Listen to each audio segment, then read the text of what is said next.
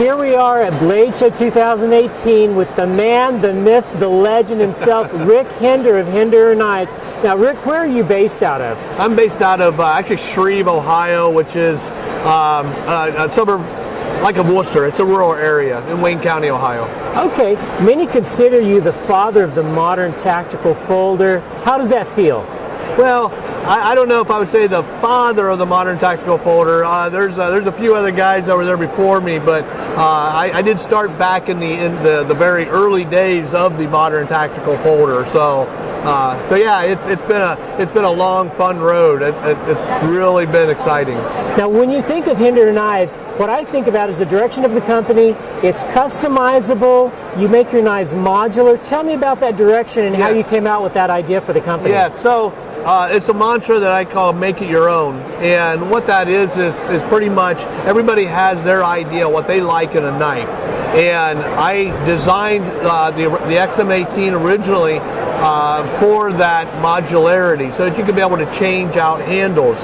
And even back then, a lot of people were like, "Wow, do you really want people to do that?" And I was like, yeah, and it takes a little bit extra engineering in the knife to be able to make it to where people can actually take it apart, change things, what they would like to put in with back spacers, different screws, clips, filler tabs, things like that, and actually put it back together and make it work and make it their own. All right, well, you have a new product here. Tell us about your new product. Yes, I am really excited about this. So this is the Full Track, and what the Full Track is a upsized version of the Half Track. The Half Track model I came out with, oops, I hit the table. I came out with a couple years ago, and I had a lot of call for a larger version of it. So I started working on the design about 8 months ago, and since that time it's actually morphed into a few other different things. And what those are, and I'm really excited about it. In the past, in the industry, there's always the big to-do about the bearing system, whether to use bearings in a knife or washers. I really like nylon washers in my knives. Some people like phosphor bronze. Well, I decided when I first started making tactical folders, I had customers that were wanting a tip up, and some that wanted to tip down, and I thought it's going to be a nightmare trying to keep everything on track of what, tip up knives and tip down knives. So I made it to where you can be able to reverse the pocket clips. Well, I thought, something, how about do that with the bearing system or the pivot system? So I came up with what I call the tri-way pivot system.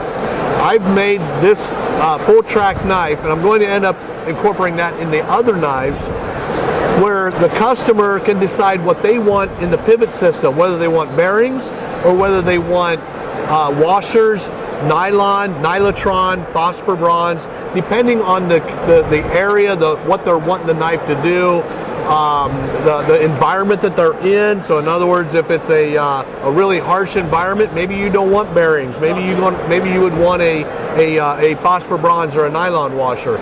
So I made this knife where you can put anything you want in it. And another feature that I added to the knife, and I'll turn it around so that you can see it, this is a removable tool. I took the HMBS system that I had on I started with the MP1 and continued it with the Jurassic and the XM18. I took it one step further, and I made this tool to where you can actually take it off the knife without using another tool. So it just goes into the standoffs, and I'm trying to do this left-handed, and snaps in, and it stays on the knife. All of the washers that you want for the knife, bearings and washers, are housed in the handle itself. So in the field, you can take this and you completely disassemble the knife or adjust it with one tool. This will take off the handles as well as take off the pivot and the handle screws, where you can take the knife apart, change out whatever you want in it, put it back together, put the tool back on the knife so you always have it there with you. So it's really exciting. It's garnered a ton of excitement here at the Blade Show, and we're going to start on, this is the prototype, we're going to start on production on these right away. When will we be able to order these from Hinderer Knives and retail outlets? I am hoping I'm hoping about the 1st of September to have the first batch of these ready to go. And what is the base price that you hope to offer this at? Well, hoping and not knowing exactly what's all going to go in it, I'm going to hope for around $500. So we'll see what happens when it all gets wrung out. That is an exciting new knife. And lastly, I want to talk about, you're one of the greatest innovators in the industry. I think you were the first, or one of the first at least, to do the Hinderer over travel stop. You've had collaborations with Zero Tolerance and a variety of other people. You've licensed the technology. Were you the first guy to do that, and what made the idea come into your head? I did the lock bar stabilizer, and the reason why I call it the lock bar stabilizer, because actually it does more than just an over travel stop. It actually stabilizes the lock bar, and that was actually one of my very first reasons for doing it, and that came from a call out that I had when I was a firefighter, with frame lock knives, and I did those. I believe in 2004 is when I actually first came out with the lock bar stabilizer. Right, and you've licensed it to how many different makers over the years, would you estimate? Oh, I have no idea. There's some other makers that have used it, most definitely. All right. Rick, thank you so much for your time. Oh, you're welcome. Thanks a lot for stopping by.